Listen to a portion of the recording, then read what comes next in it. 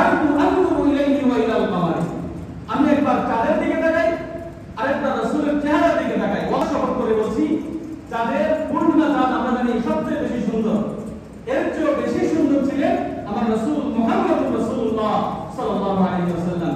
রাসূলুল্লাহ সাল্লাল্লাহু আলাইহি ওয়াসাল্লামের পাশে একজন সাহাবী সব সময় থাকতেন, ওনার নাম হলো হাসান বিন সাবিত।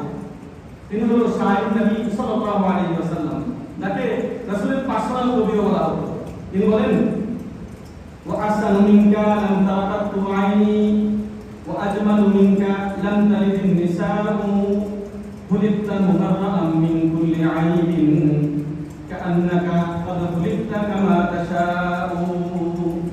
যে ওয়া আহসানু মিনকা লাম তারাকাতু আইনি, আমার এই দুচোখ কখনো এর চেয়ে সুন্দর কোন মানুষকে আল্লাহ জমিনে দেখতে পায়নি। ওয়া আহসানু মিনকা, হাসান শব্দের শাব্দিক অর্থ হলো সুন্দর।